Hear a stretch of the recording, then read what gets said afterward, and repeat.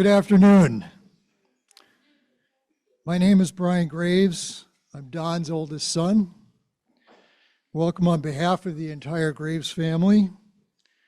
Thank you for coming to celebrate and honor the life of Donald Graves, beloved husband, father, grandfather, relative, and friend. Special thanks to those who traveled here today. I thought we were going to have some friends from Talamar, but I don't know if they made it. The senior community where mom and dad are living. We also have a Zoom meeting started for those who couldn't make it in person, so thank you for joining. Welcome to all. Here's the program today. My siblings and I will share some things about. Okay. My siblings and I will share some thoughts about our beloved father. After that, if there's anybody else that wants to speak, we'll pass the microphone to you. We also invite those on Zoom if they would like to say something. All are welcome. We will have dinner around 5, and the wine is already on the table, so feel free to help yourself. Coffee and water are on the table over there. And those that might need a bathroom, go through the double doors there. When you see the gift shop, turn left. We miss Don, our dad, dearly, and are still grieving. Please take this time today to reminisce and support one another. Today is a celebration of his life, because that's what Dad wanted. Dad was all about life with his family, exploring life's building blocks in science, and through his hobbies of gardening and painting.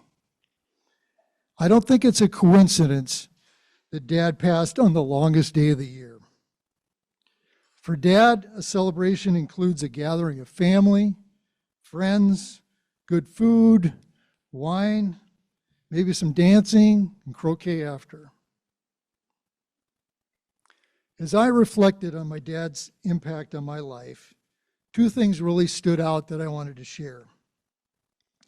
These are also part of his legacy and teaching moments to pass on. Dad was always curious. He liked adventures. He had a contagious excitement about things. He was willing to take a risk to try something new. If you had an idea, he encouraged it. He often would ask, "What if?" I think this remarkable characteristic was part of what made him a great scientist, teacher, and father. You could hear him say, "We might discover something unknown before. Let's go to a new place, explore, meet new people, try different food. We might have some fun." Here's a few examples of his adventurous spirit. He was the first in his family to go to college and move away from Chicago, and then later to Washington State to pursue his graduate degree. He thought it would be a good idea to build a wooden boat because it would be a fun thing for a family to do. But consider this, I don't think he'd even built a wooden bookshelf before. He took us on spontaneous excursions like hunting for morel mushrooms deep in the woods in Iowa, rafting down a muddy river on makeshift rafts made out of leftover styrofoam, and boogie boarding waves in California. He and Mom also made many sabbatical moves, some that included moving the entire family to California, later to England, all because they thought we might grow from the experience and learn something new. Dad and Mom modeled this idea that sometimes you must put yourself out there, get out of your comfort zone, take a risk to pursue your dreams, goals and dreams. This mindset shaped me more than I realized at the time. My life as a boy, husband, father, engineer, I'm immensely grateful for that.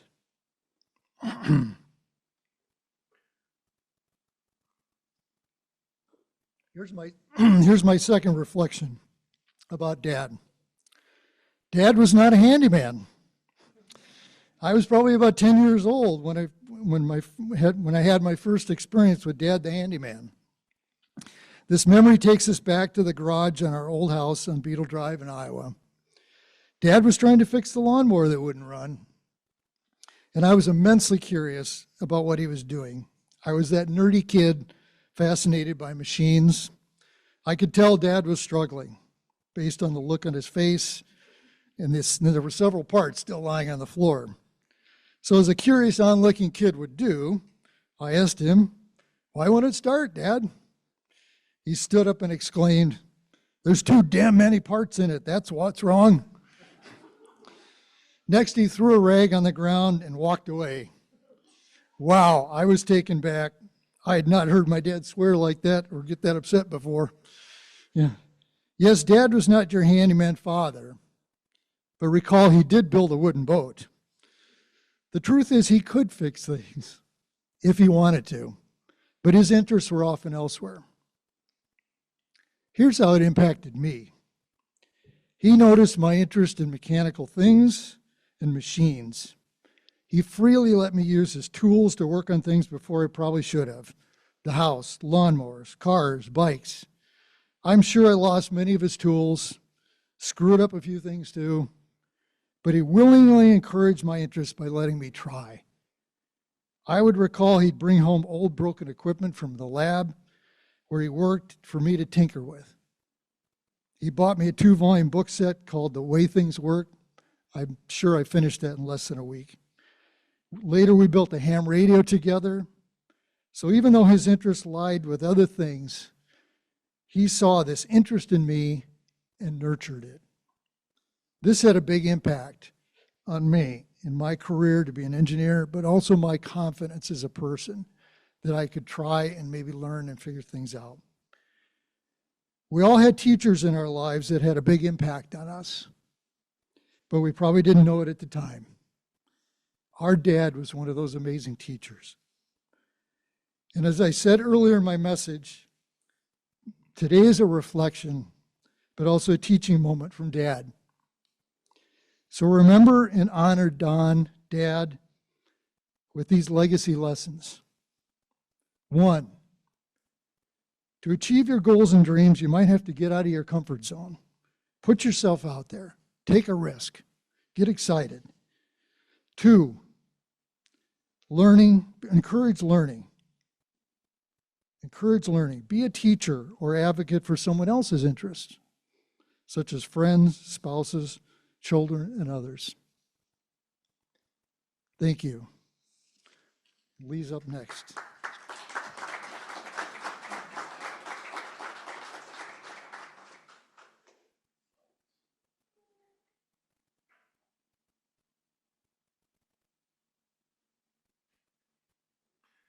Thank you, Brian. That was really great. I'm going to try and bring this closer. Can everybody hear me all right?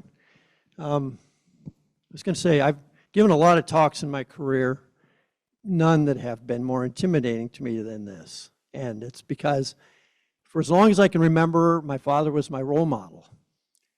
And as many of you know, I followed his footsteps, as did Paul, in science. And so for me to give this talk really has been a reflection of all the things that he's done for me in my life. And yet now I relish the opportunity to tell just a little bit of his story, what a great person he was, how courageous he was, and all the things that he accomplished. So I'm going to try and give a little bit of the scientific perspective, because Don really had 2 families. He had his family at home and his science family, and he loved them both dearly. Okay, so I got to figure out how to move this thing forward too. Oops, that wasn't the right button. There we go.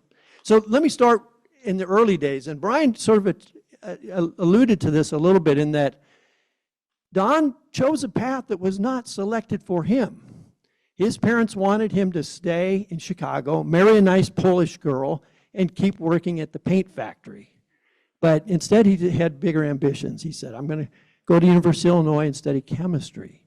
And it was there he discovered his love of organic chemistry, and he was actually a very, very good student. There were 2 people that had really important influences on his life there. One was Joe Larner, and the other was Carl Speed Marvel. And I remember Dad telling me the story. He was kind of dry labbing a lab experiment, and Joe Lerner came up to him and he thought, oh no, he's caught me now, I'm in trouble. And Joe's like, you're very bright, you should come and work in my lab. And so that was Don's first experience in lab research. And Joe and Don became friends for the rest of Don's life. The other person was Carl Speed Marvel, as I mentioned, and he said to Don, you're a very good chemist, you should go to the University of Washington and work with Ed Krebs. You will see the ice cream cone in the sky, Mount Rainier. So Don made a very courageous move. He jumped across the country all by himself to go from Illinois to Washington. And it was a great place for him to land. And this is where Don really discovered his love of science. He worked with these two fellows on the right, Ed Krebs, who was his PhD mentor, and on the left, Eddie Fisher. And Krebs and Fisher had made some very important discoveries recently on how muscle metabolism worked. Dad was the first student to work on this project with them. And he published 3 papers in what we call the Journal of Biological Chemistry, which at the time was a very important journal, still is. And at the time, that work was so important that later in the Nobel Prize speech that Ed Krebs gave, he recognized Don's very, very important contributions to that research. Now, Don's other important discovery in Seattle was none other than his love of his life, Marge Graves, who they married in Seattle. Marge was a school teacher from Yakima, and they met at a dance. And they held their romance together for over 66 years. And it was there in Seattle that they started their family with the birth of Brian. And after a short period of time, they moved on to Minneapolis. But before that, I want to just go back to this story because I worked with Ed Krebs later, and Ed and Eddie used to love to tell stories about Don. And one of the ones that Eddie Fisher loved most was telling about the trip to Don and Marge's wedding in Yakima. And so they were driving an old beat-up car to go to the wedding, and all of a sudden they were surrounded by state troopers. And the state troopers pulled them over and pointed their guns at them.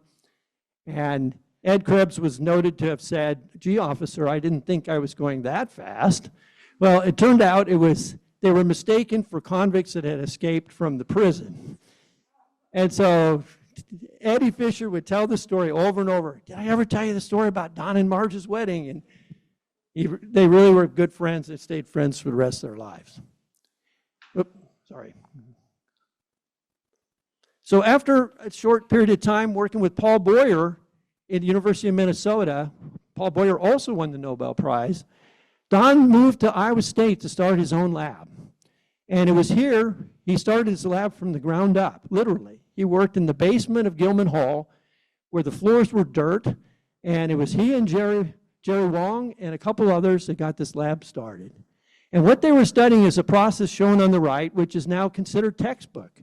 And that was originating from some of the work that Krebs and Fisher had done, and has to do, importantly, with how we metabolize and how we respond to stress and how we gain energy through this regulation of an enzyme called phosphorylase. And that involved a process called phosphorylation. So when I was a kid, I'm like, gee, these scientists and their big words, phosphorylation, phosphorylase, what are they talking about? And how the heck do you spell this stuff?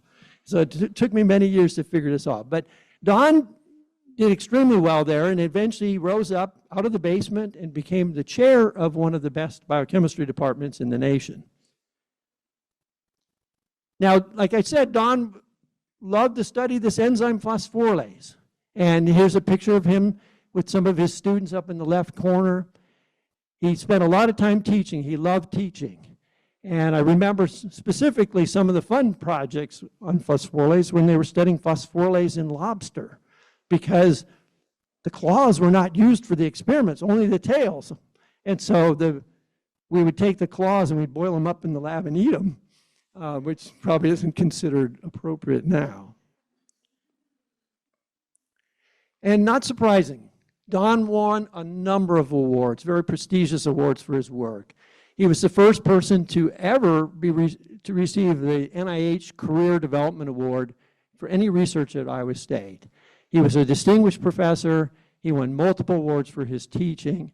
And clearly his enthusiasm in what he did really was clearly evident in his work.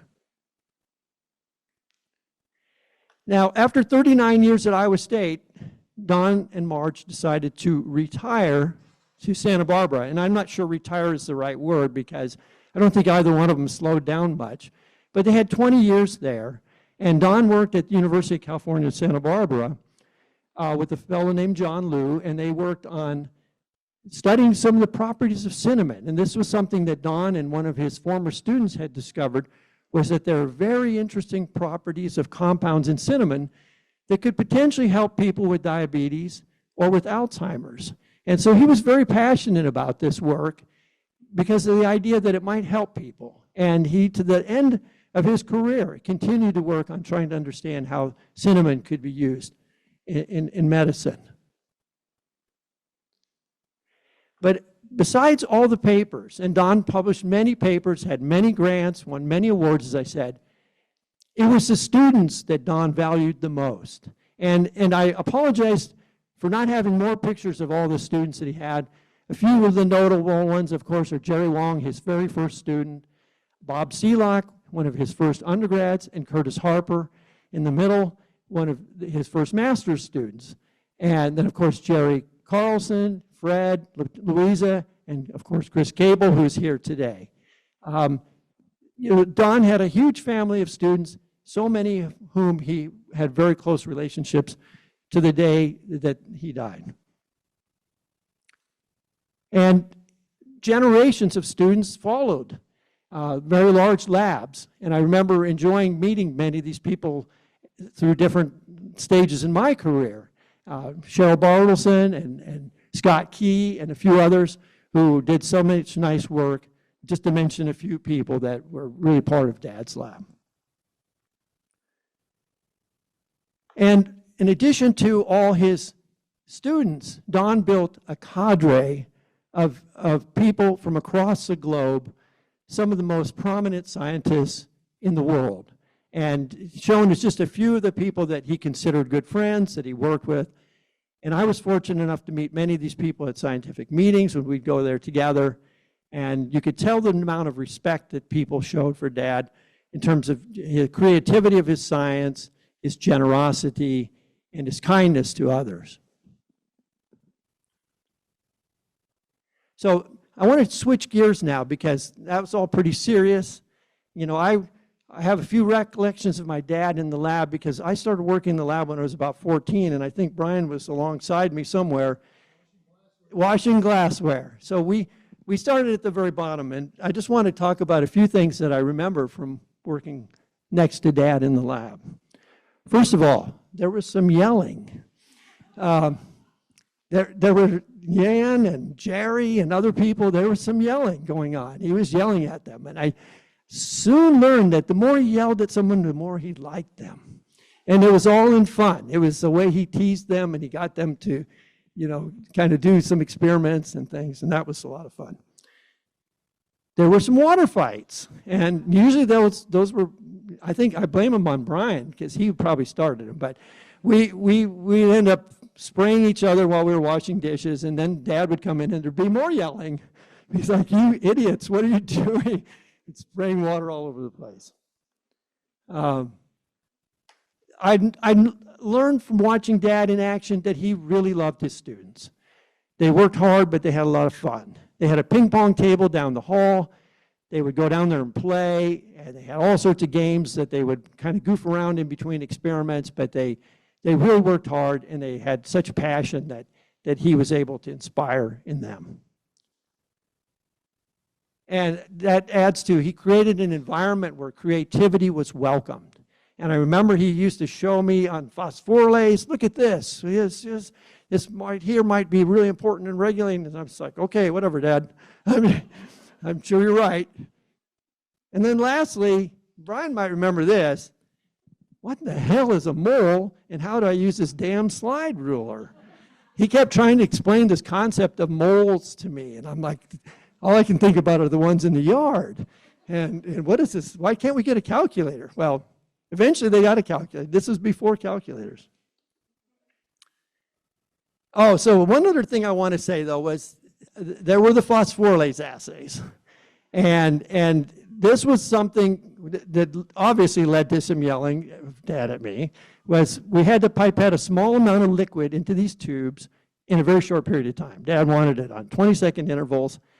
And so I'm sure the first time I really screwed things up, and, you know, I think he lost hope in me for a little while. But then after a while, I got better at it, and he and I would stand next to each other, and we would race each other to see who could do a better job, and we'd read it on this old thing called a Klepp meter. You could see how much color was in there. And that was one of the best memories of my life, is doing phosphorylase assays next to my dad. There's the bunny. Watch out, bunny. So now I just want to mention one other project. There were always side projects in the lab. And this one was an important one. It probably had a lot to do to inspire me to become a scientist. And Dad was interested in the milkweed plant.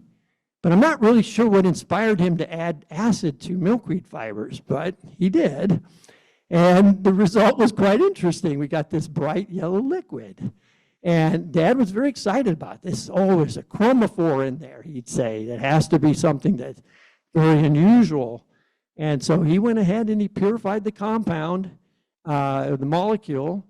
And I don't remember if we tested it on cancer cells or not, but it actually may have had some interesting properties, and might be something someone should come back and look at. And so I'll just say a few last minute things, because I know I'm taking a lot of time, but I had a lot of, really great reflections from putting this talk together and thinking about the things that my dad taught me. One was, of course, the love of science. And this was something that obviously Paul learned as well, because we both followed him into this career. Throughout my entire life, everywhere I'd go, I would see Dad's old students, his colleagues, and they spoke of such reverence with him. And it really made me feel like I had a place in this business. To this day, I walk into my lab, and I'm so proud to say I'm Don Graves' son. And really important part of that. So the other thing was, Paul and I and Dad would sit around the dinner table, and we'd talk about phosphorylation and phosphorylase and things that the rest of the family would tune out on. Like, those guys, what the hell are they talking about? The other thing that Dad taught me was the love of running. After his battle with prostate cancer, Dad took up running. And he made it fun. As you can see, Paul and I are dressed in wigs and skirts. That's not our normal attire, but we sure had a good time with those guys. And it was something that was really important to his life, and then became important to me later. The other thing, Dad was always being goofy and knew how to have fun. And you could always count on something funny and interesting coming from Dad. And even with jobs around the house, he would somehow figure out how to make it seem fun for us, at least in the beginning. And of course, love of family. This is an old picture from the family reunion, and everybody's grown up so much now. The family's gotten so much larger. But again, the love of family was something that was really central to him. Love of family, his family, and his science family. And so then one of the last things I'll say is he had a love of gardening. He loved to grow things. He loved the butter popcorn plant. He was always tinkering with seeds and trying to grow different things. And he loved butterflies. And he loved to make butterflies from tinfoil and paint. And then there's the famous butterfly tree down in the yard there. And so the last walk I had with my dad in May, I took him outside of the assisted living home. And we went out in the wheelchair. And it was a beautiful day. And I found a milkweed pod. And I said, "Hey, Dad, look at this." And he held it in his hand. And then a butterfly flew by. And it was like, what a magical moment. So that inspired me to say this. The milkweed is to the monarch butterfly like a father is to his family, providing nourishment for the butterfly's long journey ahead, and a place to return to continue the cycle of life once more. So I just say, your spirit is free to fly again, Dad. Love you forever.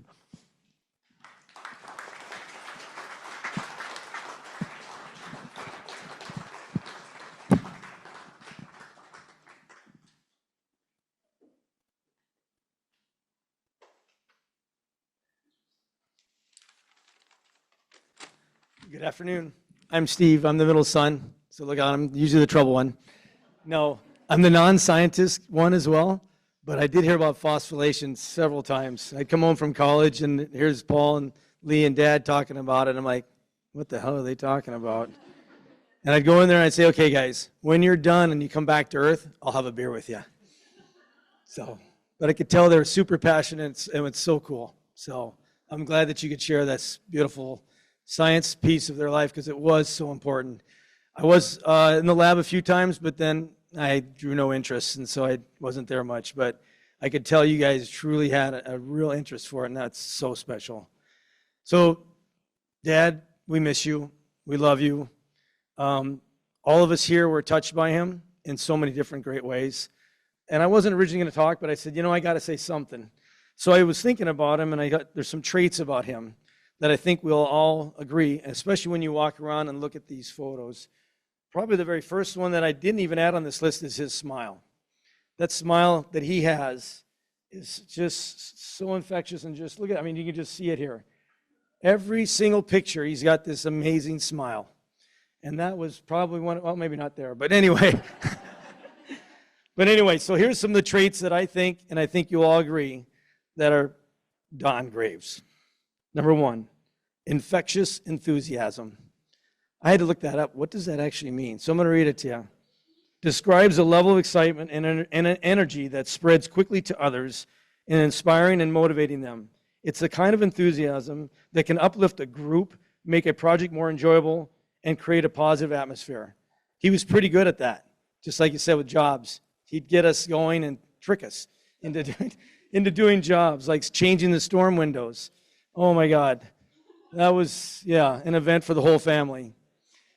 But his enthusiasm, it was spread through all of us. And I think in my life and all of our lives, we've shown that to all the people that we love and we live with and we work with. But it was natural for him. It just came to him. Number two, simple kindness. One of the most kind men ever. Just to see him with his students and our family and our grandkids and friends and colleagues, unbelievable. And I want to read this because this again defines simple kindness. Refers to small, everyday acts of compassion and consideration that can have a big impact on others. It includes gestures like offering a smile, giving a sincere compliment, holding the door open, or lending a listening ear. These acts are uncomplicated but powerful in creating a sense of connection and well-being. I think you'll all agree. He had that, and he shared that with us, and we've all got it. So, third, zest for life. He had a zest for life. Describes a vibrant, enthusiastic, and energetic approach to living. It reflects a person's passion for experiencing life fully, embracing challenges like you guys mentioned. He always liked the challenge. And finding joy in both the big and small moments. People with zest for life often radiate positivity and inspire others to do the same. That came natural to him, and it came to us. We all got it from him. And then the last one, I think we all know that, at least I could go on and on, but joyful teasing. He loved to tease. He'd always challenge you. I bet you can't do that. Yeah, right. And all of a sudden I did. He goes, oh, you did it. I'm like, what are you guessing? We can do this, But he'd always, so I always saw it refers to playful, lighthearted banter, meaning to entertain and bond with others rather than to hurt or offend. It's characterized by a friendly and infectious tone, often used among close friends or family members to show affection. And some of his favorite names to call his kids were Doofus and or Dopus.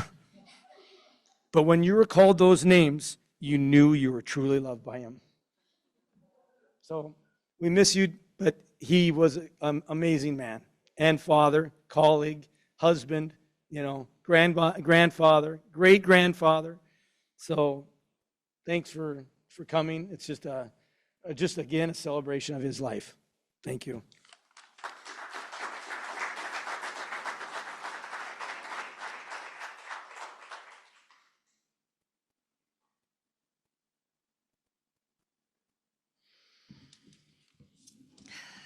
Boy, it's tough to follow you guys.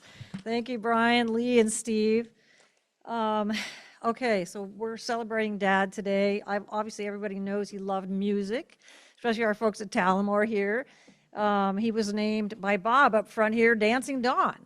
So, and I think he encouraged a few other people at Talamore to get out there and dance. So hopefully we'll keep that going, Bob and Donna. So hello, my name's Ann. I'm the fourth in the lineup here, and I am the only daughter of Marge and Don. I'm still not sure how to process this whole change. Even though I know Dad wasn't doing well, it's really hard to accept that he's not here with us today. Oh, I got to change my slides. Where's my slide? Here we go. The big button, right? Okay. So I think it was a miracle that Dawn met Marge. And yes, that heart has started a whole cascade of wonderful things.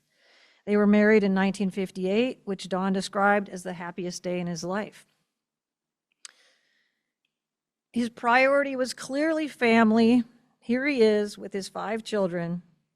However, in this slide, it looks like he's going to hop on the plane and go to a biochemistry meeting and leave all the work to Mom. And yes, you've heard how he's very well known for his work in biochemistry, always with the goal to help others. And even at Talamore, he kept talking about, we were doing experiments, a lot of maybe meaningless experiments, but his whole goal was, this could help somebody, and I want to do more.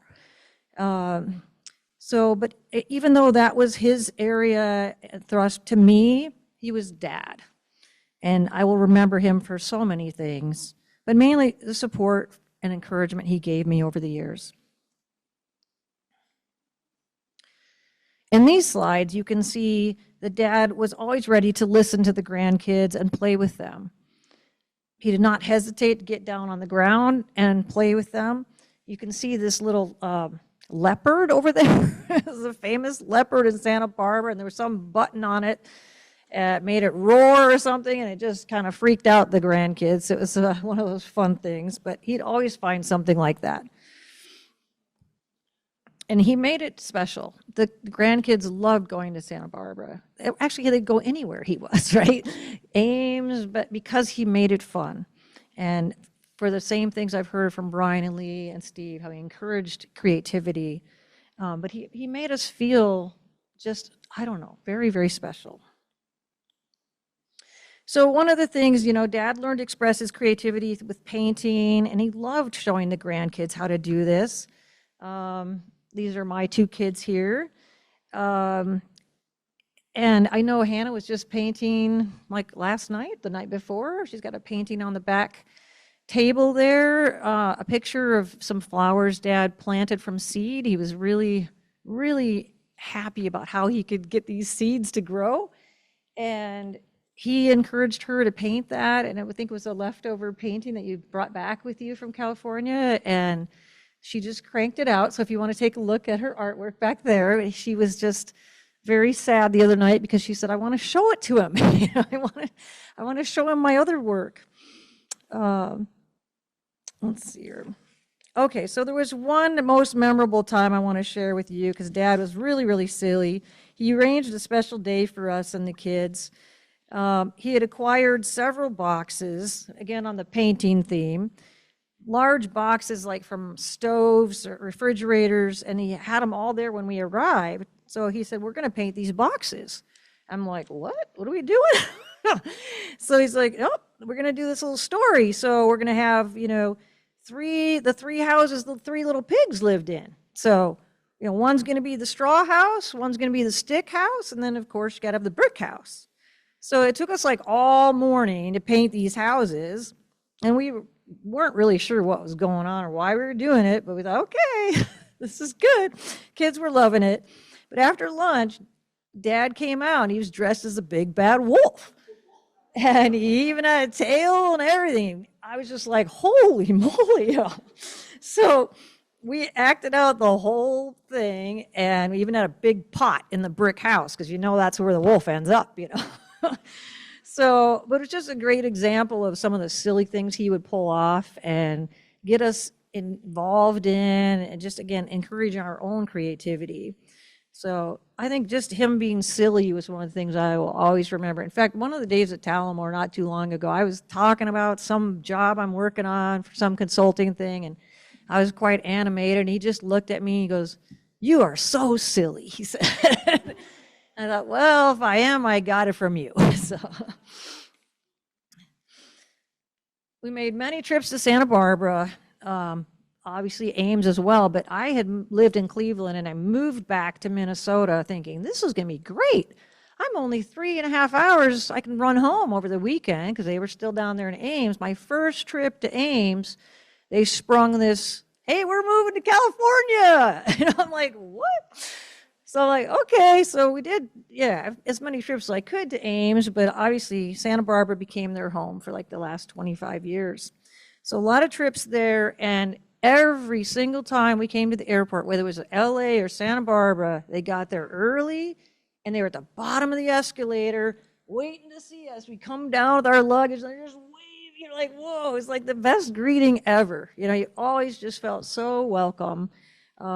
I just wish my husband would do that when I come back from a business trip. I'm like, where is he? You know, thought he'd maybe welcome me home or something, but yeah, instead I call you and you're like, oh, I haven't left the house yet. So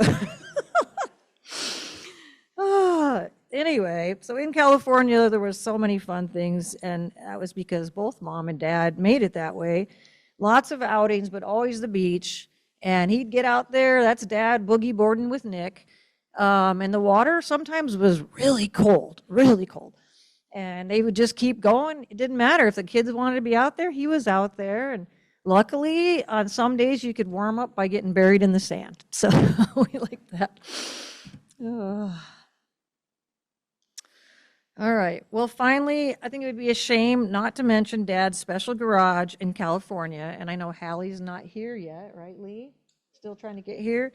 But Hallie would tell you it was the best room in the house. So he had painted almost every inch of this garage.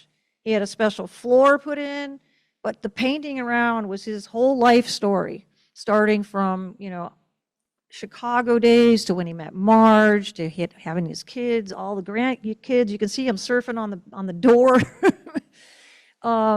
And then he turned this thing into like a dance hall at night. So he had music box in there. He had a little disco ball.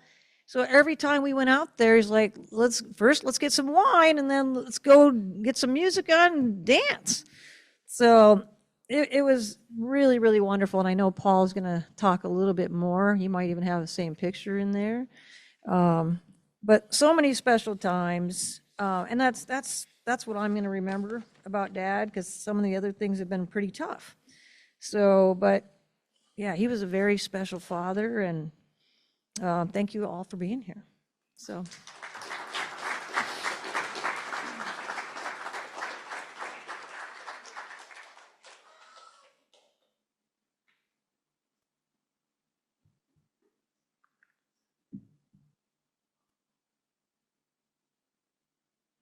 Can everybody hear me? Oh, this one's, I like this one. Okay. Oh, that. Oh, yeah, here we go. Okay, how about now? So, we've all heard about all the things Dad loves: research, gardening, grandkids, all of us, we all know that's true. And we know he loves Marge, but I want to emphasize that a little bit more because so anyway, this is from the garage. Speaking about the garage, this is something Dad made and put up in the garage, and you've probably all seen it already. This is basically, I think, sums up probably the most important thing in his entire life, and that was his love of Marge. We all know this. So let me take you down memory lane just a little bit more. So Lee's mentioned this already. Dad went to Seattle for graduate school, and it was kind of interesting. I discovered that both Don and Marge arrived the same year in Seattle, 1955, but for 2 years their paths did not cross. But in 1957, something special happened. So here's the picture of Dad when he was in his dorm room. That's his dorm room. And we can imagine maybe what happened that day or that night. Dad was probably saying, okay, that's enough biochemistry and enough phosphorylase. I'm going to the dance, you know. And Mom was a high school teacher, among other things. And these are pictures from around that time. And Mom was probably saying, yeah, that's enough grading student exams. Maybe I'll go to the dance too at the Newman Center. I'll call up some friends. So first thing, you know, Dad had to get dressed up, right? He's not going to go like that. And when Dad got dressed up, watch out. I mean, he was a good-looking man, right?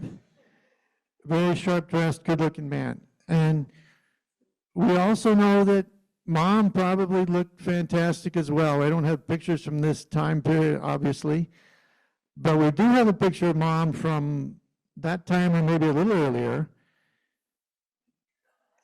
And one thing we can all be grateful for is that no Hollywood agent spotted her. Otherwise, she might have never made it to that dance, right? But luckily, that didn't happen. She did make it to the dance. And again, back to the garage, which told my father's life story.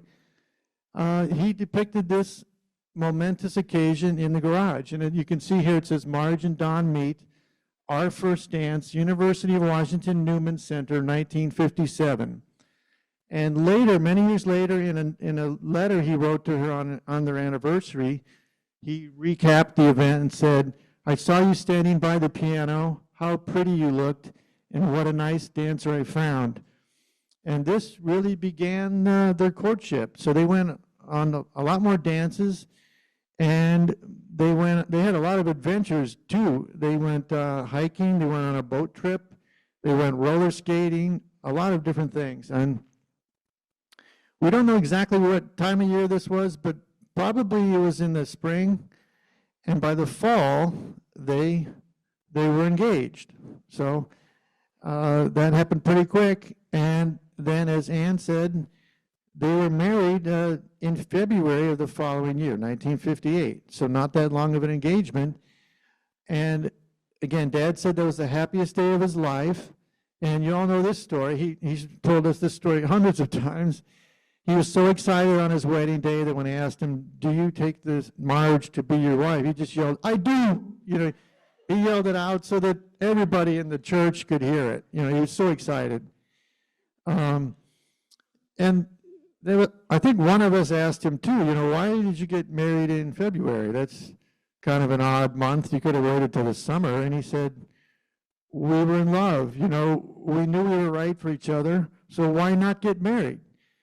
And I said, that's all, Dad? He said, well, the other reason is I wanted to get back to the lab. I needed to get some work done, you know. I got to focus here. That's also, you know, very true of Dad. So I just described that, you know, dancing really started the relationship. And you thought, well, are they still going to keep dancing? Do we, you know? Of course they are. You know they're going to keep dancing. But they're not just going to do ballroom dancing because they're adventurous. That was one of their greatest qualities. And so I remember we were kids in the 70s, of course, and maybe this hit in the 70s or so, and I remember we were like rolling our eyes with it, you know, Mom and Dad are into disco. And we're like, oh God, help us, you know, but they had a ball. I mean, they loved it. They went out there, and we had fun too. I mean, Dad loved Donna Summer. We had the music going. And then came the country phase, the country line dancing, you know. They had a great time with that too, but we were happy kind of when that phase ended. And then just, you know, this is also kind of amazing to me. In 1984, this is 26 years of marriage at this point. Dad is 51, Marge is 48. They do an all-night dance marathon in Hilton Coliseum in Ames, Iowa. So I'm not sure there's any other 50-year-olds at this event. I kind of doubt it. But they had a ball, you know, and you can just see that in their faces. They had so much fun. And then, you know, they were together most of the time, but then Mom did go away to Japan in 1991, and Dad was on his own for a while in Ames. And we found this letter that Dad wrote to Marge, and I'll read it. It says, "My dearest Marge, I am thinking about you all day, wondering where you are and how you are doing.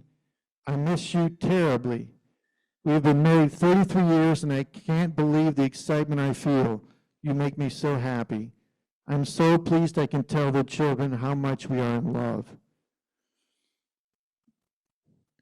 And I found this picture just recently going through all these boxes of photos that Brian and Jody sent me from Santa Barbara, and it's probably one of my all-time favorite pics because it it just shows them.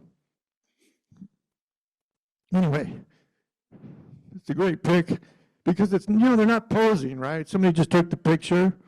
It shows their true happiness. But so anyway, the dancing continued from there. They went to Santa Barbara. I don't know if there's any graduates on Zoom, but they met so many wonderful friends, new friends in Santa Barbara.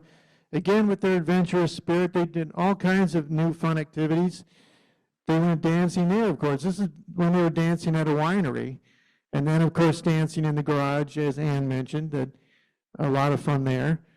And then dancing at Woodbury. They were dancing as late as February of this year. And Ann can tell you more about that. She spent a lot of time with them, more than anyone, I think, helping them. So finally, I want to remember them as I would say in this picture. And if you ask the question, when was Dad the happiest in his life? I think there's an easy answer. He was happiest when he had Marge in his arms. And then finally, I just want to mention a couple of words about my relationship with my dad. So he used to call us enantiomorphs for the chemists in the audience. I'm not going to explain it, but you can ask me later. But you can see that we look pretty similar. And I can say that for my entire life, I've been as close to my dad as we look in this photo. By the way, you've heard the term dingus, right? Maybe doofus too, but the original term he called me was dingus.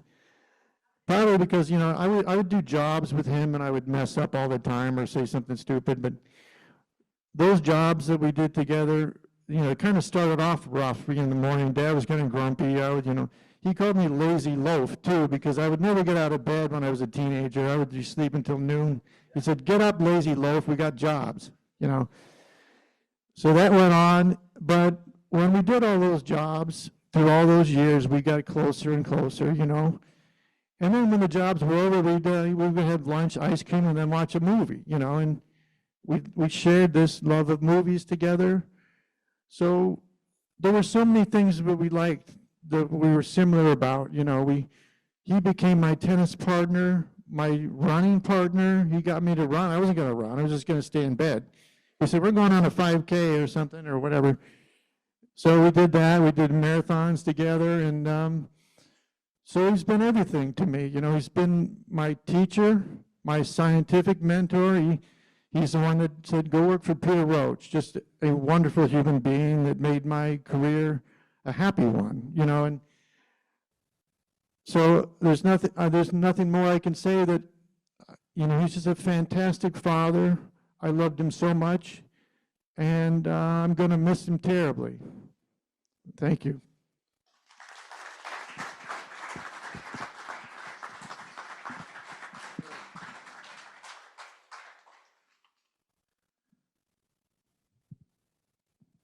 So I'm going to open up the floor to anybody that wants to, through Zoom, say a few words. Maybe we'll start with Jerry Wong. In the fall of 1961, Don joined the Department of Biochemistry and Biophysics at the Iowa State University as an assistant professor to start his own independent research laboratory. At around the same time, I traveled from Taiwan to Iowa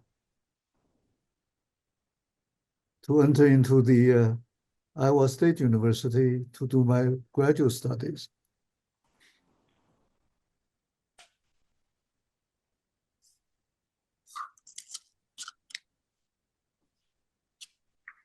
And I was supported by a U.S. government grant fellowship. And that was how I became one of the two first graduate students in Don's laboratory. I consider this is for me one of the most important events in my life. And looking back, other than my parents and my wife, Teresa, I think Don has the most strong influence on me all my life. Before graduate study working with Don, I had really no idea about what academic research is all about. I kind of knew that if I worked hard, I could engage in advanced study and get an advanced degree. And then I could have a good job and have a comfortable life. But working with Don, I found out it's not like that. Don showed me that the job of doing academic research is not like any other job. Academic research was fun, exciting, and inspiring. By watching how Don does research, I learned that academic research is driven by curiosity, guided by ideas, and pursued by ingenuity and hard work. And more importantly, once I learned what the true nature of academic research, I found I was really suitable for doing research and carry out a research career. And my life had changed.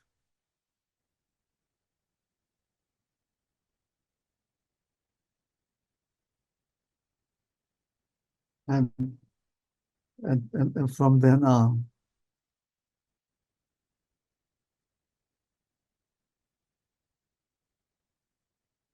and I have found great satisfaction in research.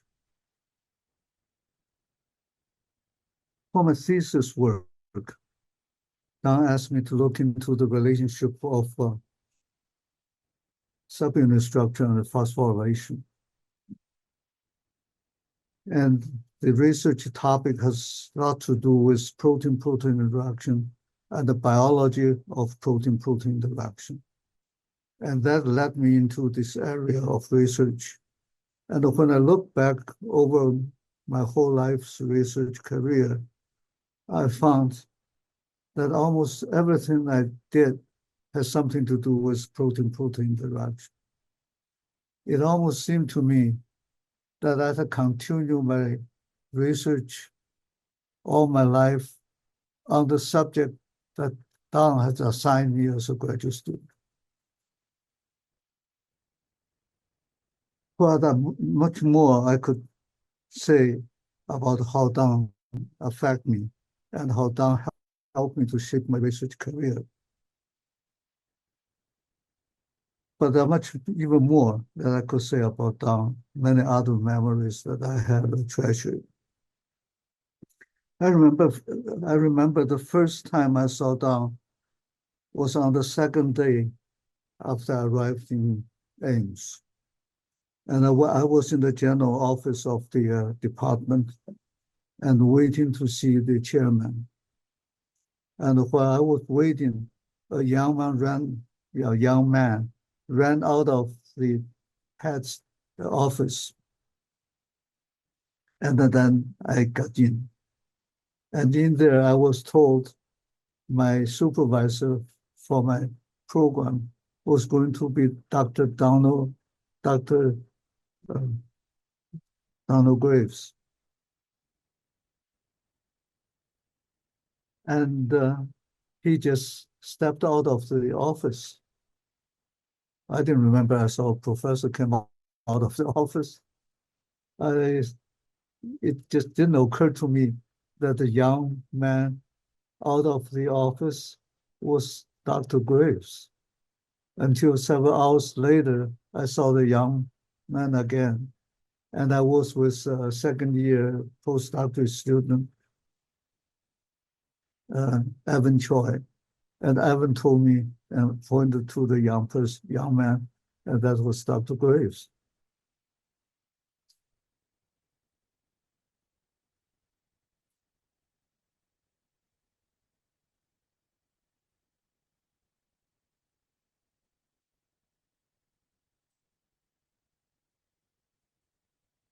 Don was always much younger, looked much younger than his age. And I had so many stories in my memory about how he's useful looking and how people look at him and without figuring out how old he was. There was once that Don and I was in Denver for a scientific conference, and one night, Don and myself and a few others went to a bar, and the bartender asked for Don's ID. At the time, Margie just had their third kid, Steve. And Don said to the bartender, I'm father of 3 kids. If you look at Don, you can see that he delivered those words with such a pride on his face. But the response came back from the bartender was, here, it means nothing. We all laughed.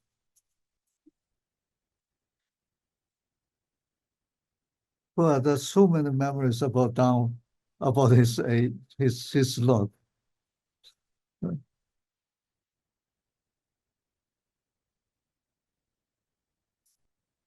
And I really have to emphasize that Don's usefulness is not just in his look, it's in his spirit. Don has always been young, and you heard all the talks from his sons and daughter. He's always keeps his youthful spirit. Okay.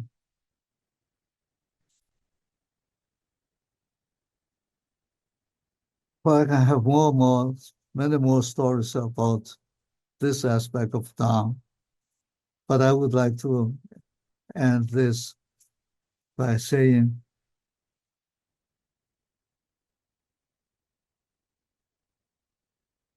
that Don and Marge has always been like a family to us. When my wife and I got married in Ames in 1962, at those times it was impossible for our families to come all the way from Asia to North America to be in the wedding. And Marge and Don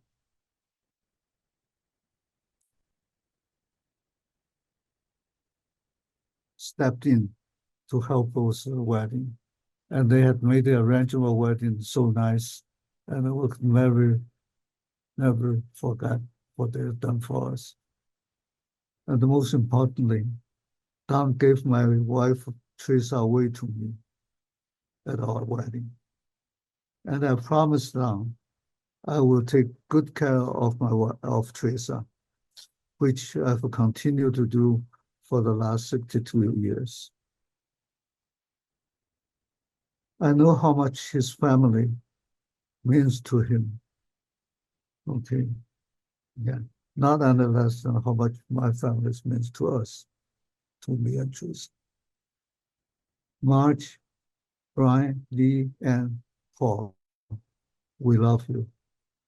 And please know you will always be part of our family. Thank you.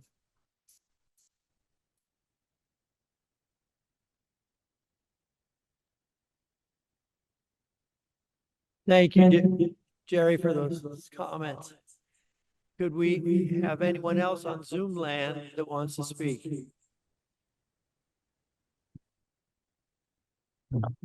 Yes, I'm Don Bites. I'm a current faculty member in biochemistry, and I'd like to say a few words, if I may.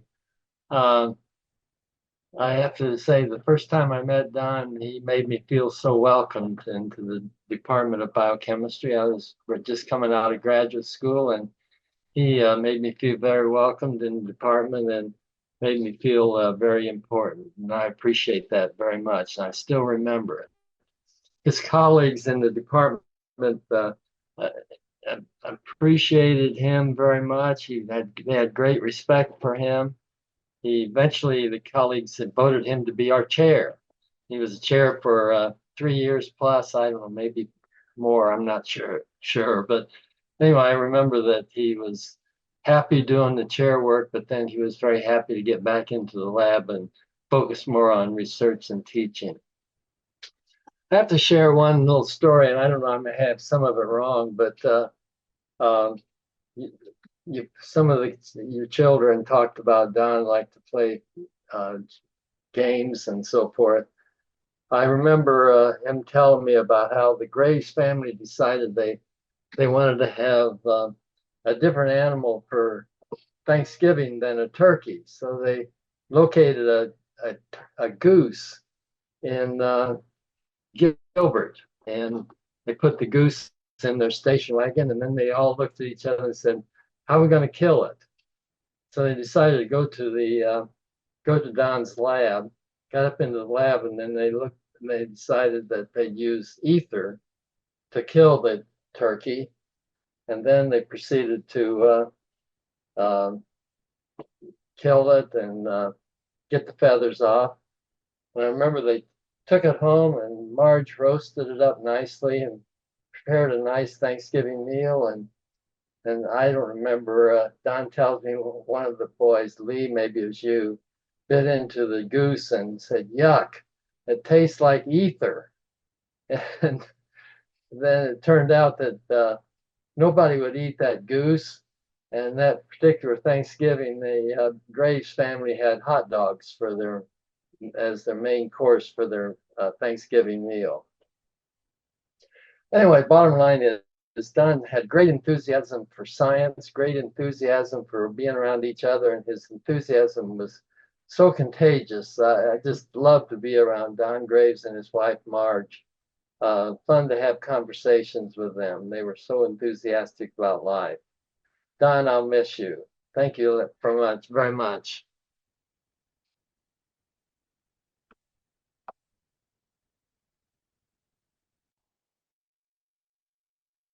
Maybe Susan Taylor? Thank you, Lee, for inviting me to participate. And I was never a colleague at the same place as Don, but he was sort of part of my world of protein phosphorylation for such a long time. And, I'm so grateful to you for, about a year ago when you arranged for us to have a Zoom call, you and me and your dad. And he remembered the times in Eddie's lab. Shmuel Shaltiel is another really common friend whom we shared. And it was so special talking to him and hearing him, remember those days. And it's been such a special field, this world of protein phosphorylation. And I think his love of biochemistry, his love of molecules, it's like something that we just always shared. And I'm also from the Midwest. There's a lot of things in common hearing you boys talk. And it's amazing how you boys all look so much like your father. It's really quite stunning. I'm from the Midwest. I was from Wisconsin. And, we met at many meetings. We especially talked about phosphorylase kinase and we could just spend hours talking about residues at the active site. It's like, because it's just this common love of biochemistry. But I also remember being at meetings, and many of those, Lee, you were at in Warsaw. And I'm not sure if you're Polish back. I didn't appreciate that, but that sort of came out from some of your comments. My family comes from Slovakia. But the meeting I remember most was at the Weizmann Institute that Shmuel organized. And I don't know how many years ago that was, but Shmuel was very nervous because there was, a lot of unrest in Israel at the time, and we went to this meeting, and then Don snuck out one afternoon to go visit. He had a friend in the West Bank, and he actually went to the West Bank. And I think when Shmuel realized this, I mean, he about had a heart attack. It was but I remember, going to, I don't know if you were there, Lee, but it was really, and, going to Jerusalem and sharing Israel with Shmuel and sharing all that biochemistry. It's just something that was always really special. And I always loved talking with Don. And I realized something else, his love of butterflies, because out here in California, we have different milkweed pots, but I've always loved monarch butterflies, also since the time I was a little girl, and I planted this, just a little weird story that I just planted. I have my little California milkweed patch in my garden. And last weekend, there were a bunch of caterpillars there. And so I took 2 of these caterpillars and put them in a little jar, with holes in the top. And then yesterday they went to the top and they made the little J. And now today there's 2 chrysalises there. And so now when those hatch out, every time I see the monarch butterflies, I'm also going to think of Don. So I just want to thank him for making the science so much fun, and for all his mentorship and training of people, and for making this just a wonderful field to be a scientist in. So thank you.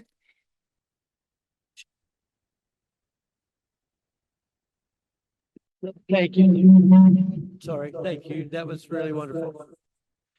Who else would like to speak?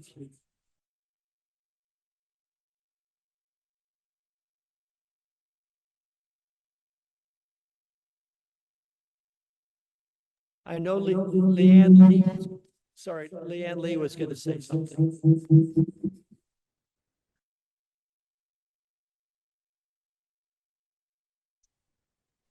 So it's my turn now? Hello? Hello. Can I speak now? Yes, I'm very grateful for having this opportunity to celebrate with you the beautiful life of Don Graves. I first met Don in 1985 when I joined biochemistry department at Iowa State University as a graduate student. Don was my biochemistry professor and department chair. My husband was also a student in Ames, Iowa. So he's from another department, but he took Don's biochemistry class also. In 96, when I became a faculty in UNC Chapel Hill, I met Lee Graves, and I immediately recognized. So I asked him, I say, "Is Don your dad?" And they just look so much alike, and they have same manners. And I think Don really, I think should be proud. And since I'm actually not in Don's lab, but Don has impact on us, on me personally, and also on my husband and on so many students he has taught. From the moment I entered his classroom, I could sense Don's passion for biochemistry and his genuine desire to share his passion with his students. His lecture was not just about providing knowledge. They were about igniting curiosity and encourage us to think critically. Don had a remarkable ability to make even the most complex concept accessible and exciting. His enthusiasm was infectious, and it inspired many of us to pursue career in science. Don was more than an excellent educator. He was also a great mentor and friend. He had an open door policy, always ready to provide guidance, whether it was on academic matters or personal challenges. He listened with empathy, offered advice with kindness. Don believed in the potential of his students, often seeing talents and ability in us that we hadn't yet recognized in ourselves. I recall one particular instance during my first year when I was struggling with a research project. Frustrated, I went to Don for help. Instead of giving me a solution, he encouraged me to look at the problem from a different angle. He said, science is about perseverance and creativity. Every challenge is an opportunity to discover something new. His words stayed with me, not only helping me to overcome that hurdle, but also shaping my approach to research and life. Don's impact extended beyond the classroom and the laboratory. He was actively involved in the university community, promoting collaborations and fostering a supportive environment. He understood that science is a collective effort, and the strength of a department lies in its sense of community. Don organized numerous events, from seminars to social gatherings, that brought students and faculty together, creating a sense of belongings and camaraderie. Don's dedication to the field of biochemistry was evident in his extensive research contributions. Don's work has advanced our understanding of enzyme regulation mechanisms and metabolic pathways. His research was not just about pushing the boundary of knowledge, but also about finding applications that could benefit society. Don was always looking for ways to bridge the gap between basic research and practical solutions, embody the spirit of a true scientist. On a personal level, Don was a man of great integrity and humility. Despite his many accomplishments, he remained modest and approachable. He treated everyone with respect and compassion, regardless of their status or background. Don had a wonderful sense of humor, a zest for life that was evident in everything he did. Whether he was talking about biochemistry or sharing stories about his adventures, his eyes would light up with excitement and joy. As we gather here today to honor Don's memory, I'm reminded of the profound impact he had on all of us.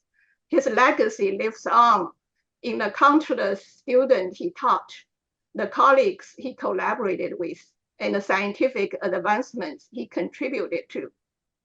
Don's life was a testament to the power of knowledge, the importance of mentorship, and the value of community. In closing, I'd like to share a quote by Albert Einstein that I believe encapsulates Don's spirit. The value of a man resides in what he gives and not in what he is capable of receiving. Don gave us his wisdom, his support, and his friendship. For that, we are eternally grateful. Thank you, Don, for being an extraordinary teacher, mentor, and friend. Your legacy will continue to inspire us, and you will always hold a special place in our heart. Thank you for your attention.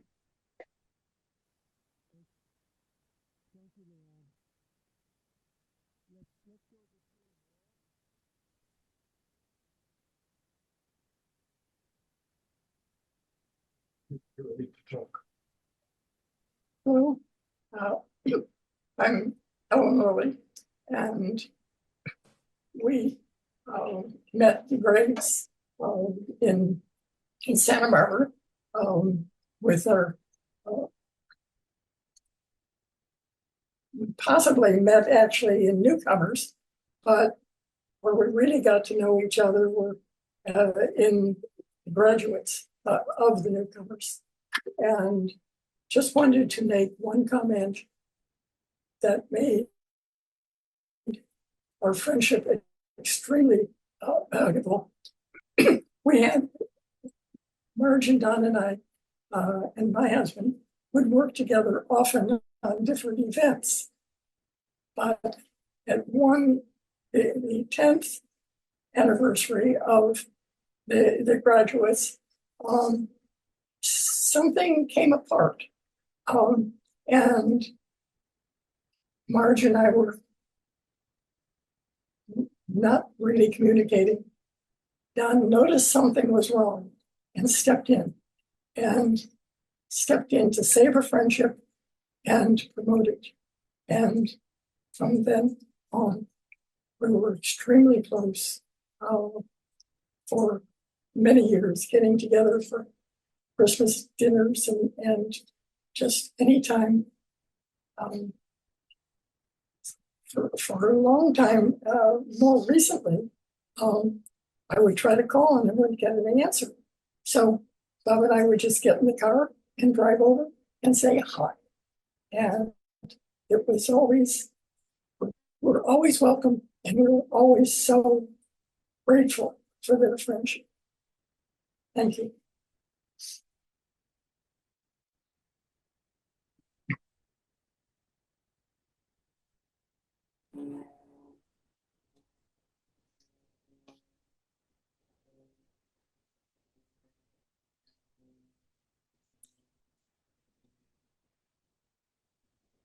Hi. I don't know if you can hear me. I see you, Bob and Ellen. It's Julie Morrow.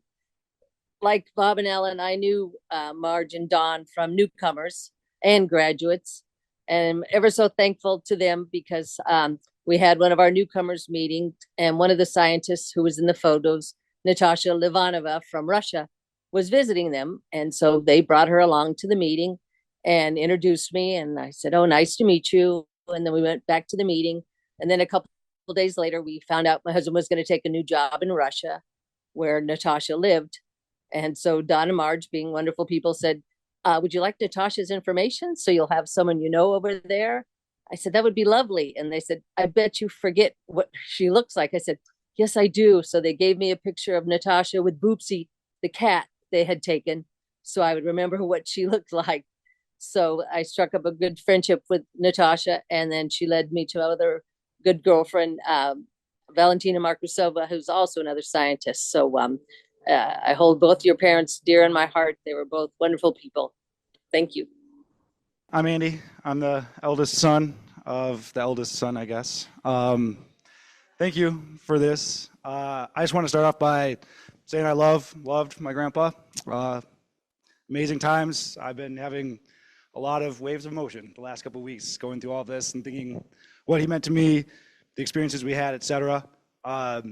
First thing I want to do is just acknowledge to my dad, aunts and uncles, this is an enormously difficult challenge, right, in transition of life, and I want to thank you all for pulling together this event. It's very fulfilling and awesome to see everybody here, and I want to say thank you to you guys for kind of displays of courage you showed through all of this, right?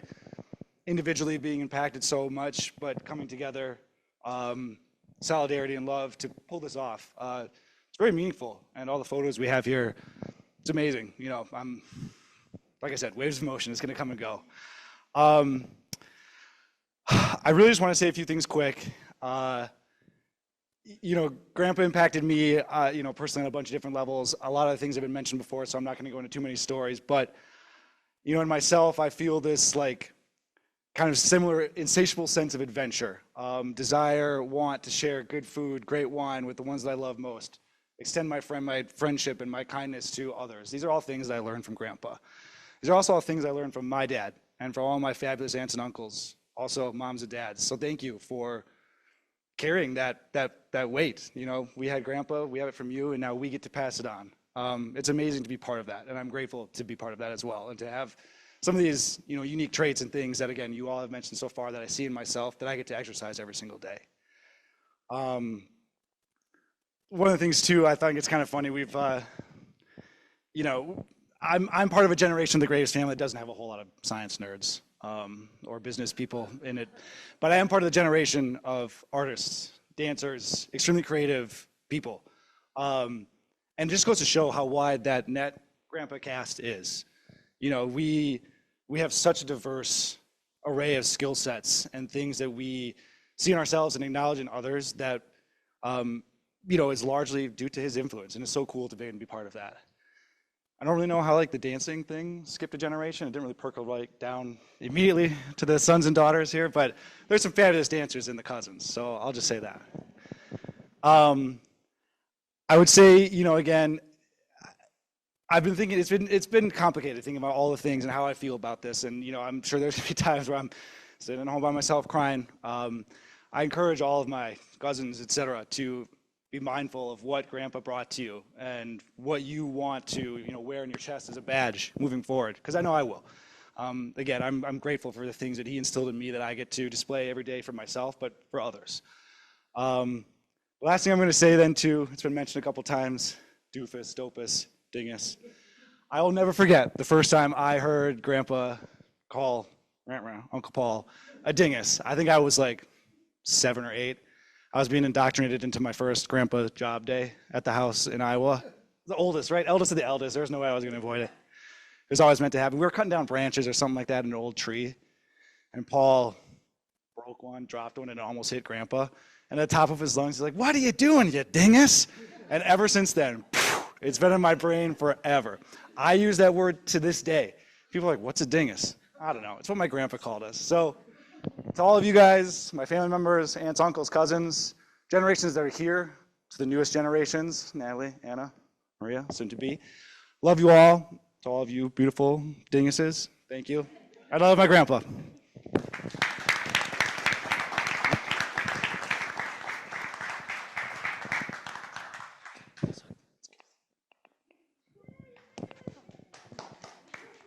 Hi, so I am the second eldest grandchild of the second eldest child.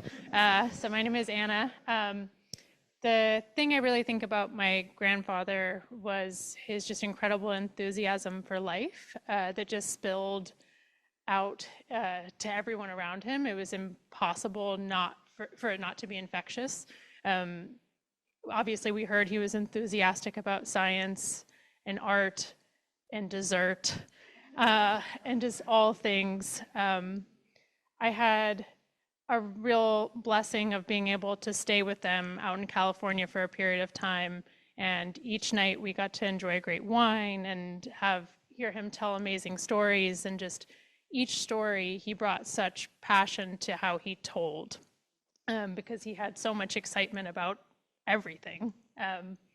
And another thing that I think has been inspiring for me, and I'm sure to many others, was just the incredible love that he showed for our grandmother and how he set this incredible example of what true love looks like, and this incredible innocence and kindness he carried with that. As they were leaving their California house, I had helped try to box some of their things up, and I found probably 50 plus years of love letters that he had been writing to my grandmother. And each one, it was just, "I'm so excited to be celebrating with you. I love you so much." And it was just, no matter when you were with them, you could always see and feel that. And in everything that he did, you could feel that as well. And I just feel so incredibly grateful that I got to know him and experience that, and that we all did, because he really did make the world a better place just by being him.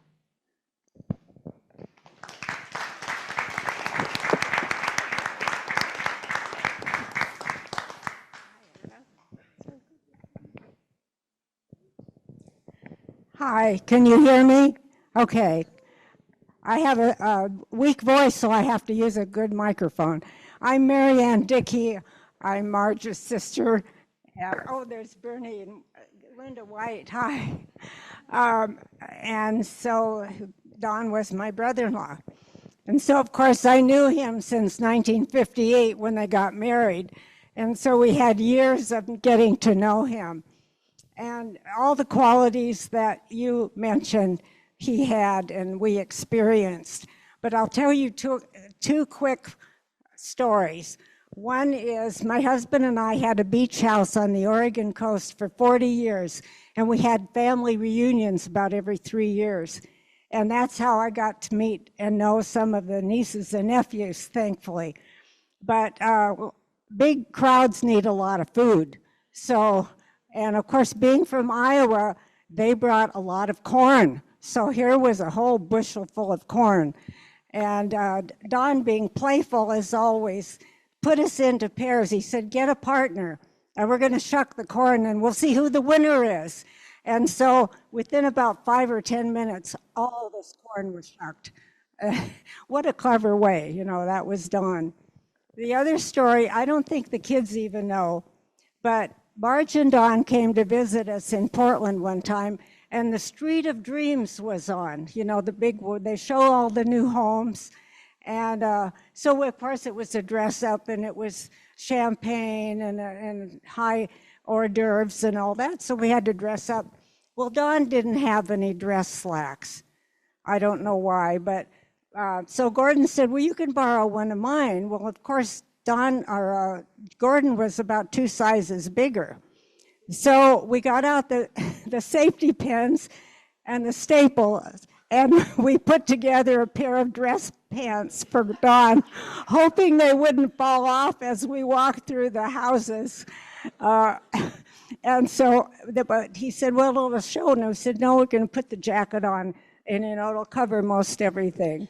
So anyway, we had a good time, and the pants did not fall off. So.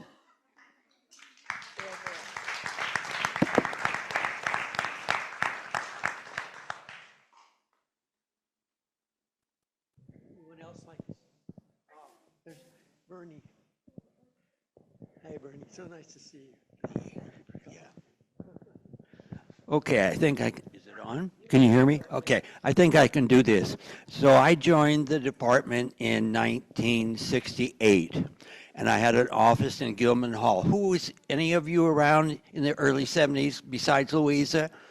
Anyway, so my office was around the corner and down the hall, and I settled in and sort of trying to understand the place and do things right. And all of a sudden I heard all of this shouting, loud shouting.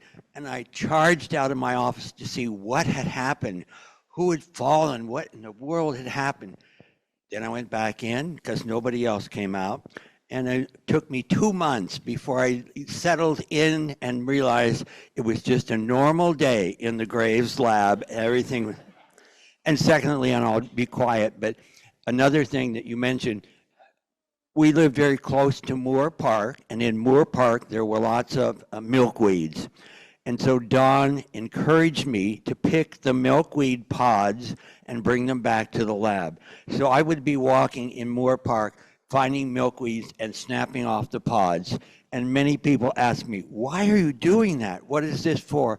And of course, I didn't really know what was going to happen. So I said, it's just a scientific experiment. But it was great, great times.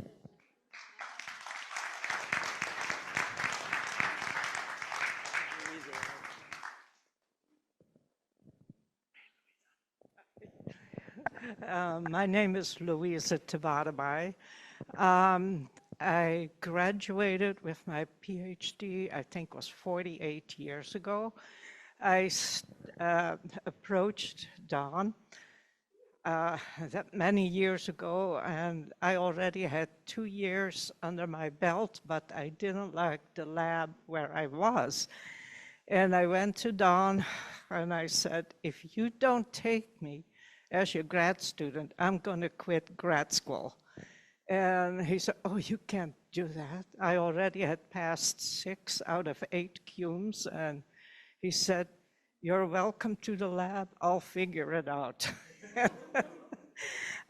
My oldest, when I graduated, was 13. My youngest, 6. And I know Marge came many times to the lab, and she said, how do you do it with your children? Go to school. But she went back to school also. She got, I think, a master's and PhD, right.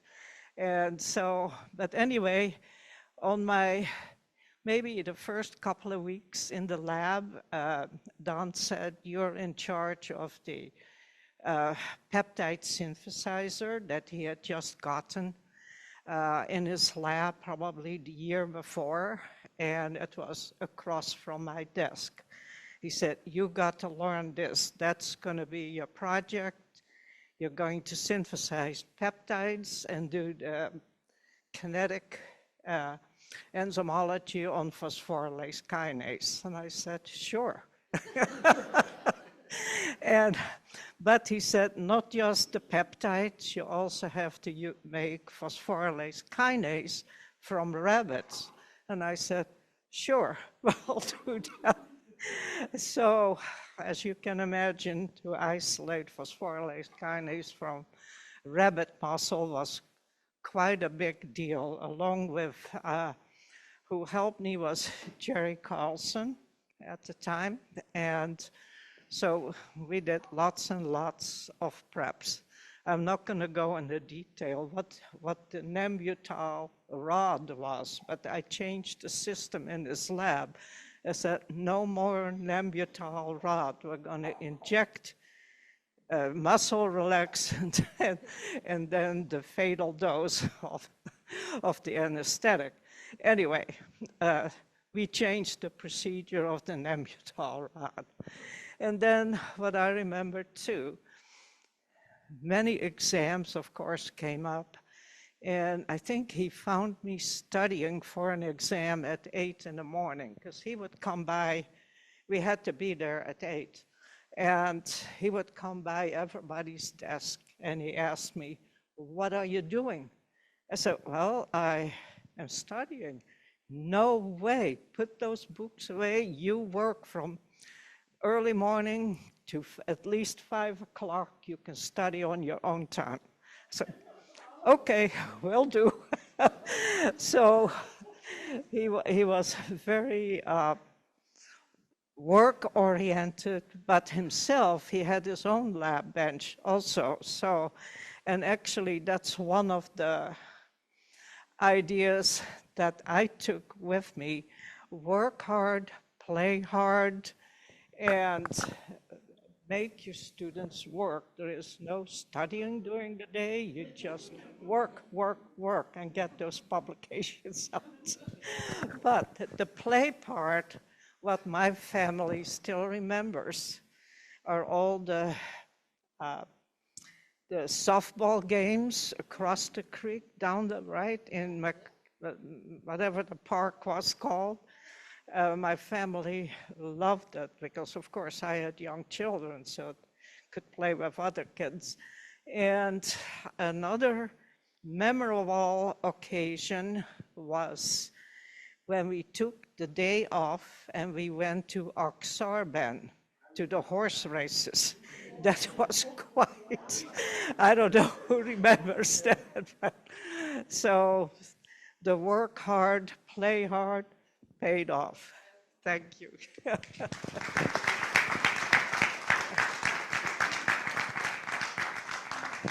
You already start. Can I go quick? Oh, did you want to, or you was going to? I can. Okay, yeah. You Whatever, you guys, why don't you? You want to keep this theme? All right, so is this on? Can you hear me? All right. So my story is not dissimilar from ones that you've already heard, but I feel I need to say it to the family. I came to Iowa State in 1971 as a clueless undergraduate student. The only thing I knew at the time was that in high school I enjoyed chemistry and biology. And on the form to enter Iowa State, you had to declare a major. And so the only thing I could think of is biochemistry, not knowing anything about biochemistry, but it seemed like a reasonable thing to do. And that turned out to probably be the most important or influential decision of my career, because Don Graves was assigned as my undergraduate advisor. And it was that check mark that got me into Don's realm. And, you know, having listened to Lee and Paul talk about their first task in the lab, after a couple conversations with Don as in the role of being my undergraduate advisor, he opened up and said, would you like to come into the lab? And I said, sure, I don't know anything about doing lab work, but I'm game. And guess what my first task was washing glassware. So I'm glad it wasn't just the outsiders who got this task. Yeah. But, you know, over the years, so I was there from 71 to 75. Over the years, I graduated. I got to make buffers at some point. And at the time, Louisa was there, Jerry Carlson was there, one of my best friends now, Tom Carty, was there. And it was just a very open, welcoming, you know, I was, again, not someone who knew a whole lot about research, but Don and all the people in the lab were open and allowed me to come in and learn from what others were doing. And so it was just a very graceful lab. And I remember then after making buffers, I was given a project and I was asked to purify phosphorylase kinase from heart because Don had a notion that it would be a possible biomarker for, you know, when you had a cardiac arrest or something, and he wanted to be able to come up with an assay. So he was doing biomarkers before biomarkers were known to exist, in a sense. In 75, then I graduated, but just to reflect on the fact that he stressed not only work, but also having fun. As Louisa said, I was on that trip to Axarben, and we learned how to do the science of betting on horses that day. That was fun. But the one that sticks in my memory, and I'm hoping that Brian and Lee can help me on this. At some point, I decided during the summer picnic that we should roast turkeys. This wasn't Thanksgiving. This was in the middle of summer. And somewhere in the past, I had roasted a turkey. And Don, as was alluded to before, he's game for wild ideas. He was game for going after this roasted turkey notion during the ball game. But to do it, we had to come up with a 55-gallon drum. We had to have that drum honed to be able to serve as a fire pit. I don't know where we came up with that. Brian, you're the mechanical engineer. Maybe you had your hands on this one. But somehow, in the middle of summer, we roasted turkeys, played softball, had a good time. I don't think anybody died that I'm aware of. So that was good. No ether, no.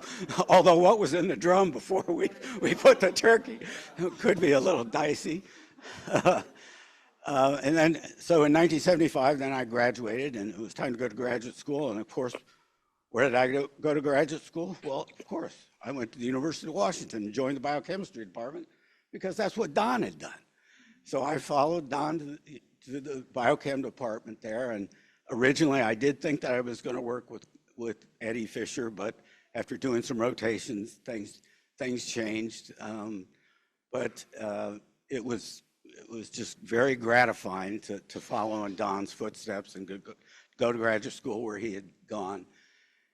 And over the years, we stayed in touch. In 2000, when he retired, Tom Carty and I came back.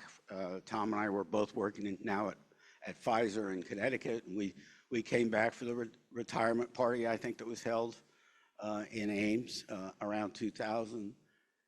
And then in 2003, Don returned the favor and came out to Pfizer when Tom was retiring from Pfizer and was part of the celebration for Tom's retirement. And then somewhere around 2007, I think, Don and Marge came to Seattle for something to do with Krebs or Fisher. And we had dinner in Seattle. I was now back in Seattle. And then in 2009, I think, would have been about right, I was flying back and forth to to Thousand Oaks, California. And then Don and I had been talking, and he alerted me that Jerry Carlson was going to come to Santa Barbara and give a seminar at the university there. And so we coordinated that I could come down on that weekend and spend a weekend with Don and Marge in their lovely house in Santa Barbara. and at the same time, get reacquainted with Jerry Carlson, and we all, we spent the weekend reminiscing about the days at Iowa State. But that's the way Don was to outsiders. It was that he was just very welcoming. He created this external family from the people who worked in the lab. And once you were in the lab, you stayed a friend forever. And I am so grateful that he allowed me to join the lab and wash dishes, because it was a clear turning point in my career.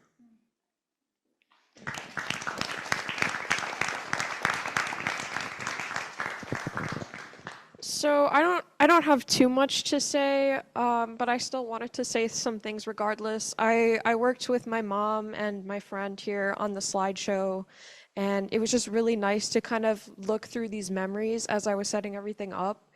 And I think you all have laid it out pretty well. I think like the impact that he's had on all of our lives is just tremendous.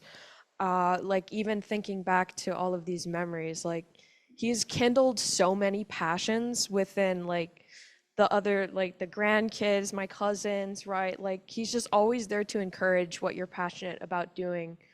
I know I've always been very insecure about my art as an artist, and every time like he would happen to notice that I was drawing something, he just had this like amazement on his face. He was like, "What? Like that's amazing. Like you created that? I can't believe it." And like, of course, I was insecure, so I'm like, what are you talking about? Like, what are you looking at? Like, this is something I drew in high school. Like, yuck, you know?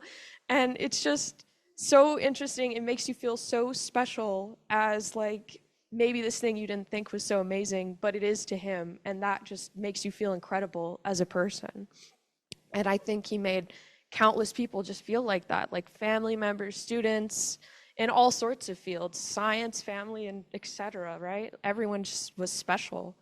And I think that's amazing to be able to have that infectious enthusiasm and all of these things. And I still see his influence in my life today. Like I had a period of time in kind of high school where I was still figuring out who I am, very kind of moody, depressed, you know, every teenager goes through this, right?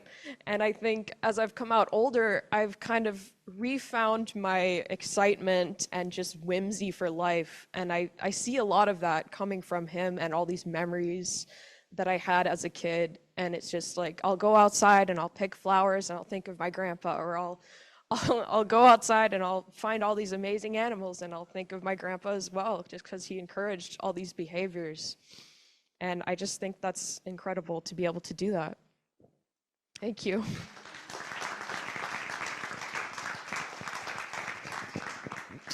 Okay, is there anybody else that would like to say something today? So, Bob, we'd love to hear from you. So Bob and Don are from Talamar, where Don and Marge lived.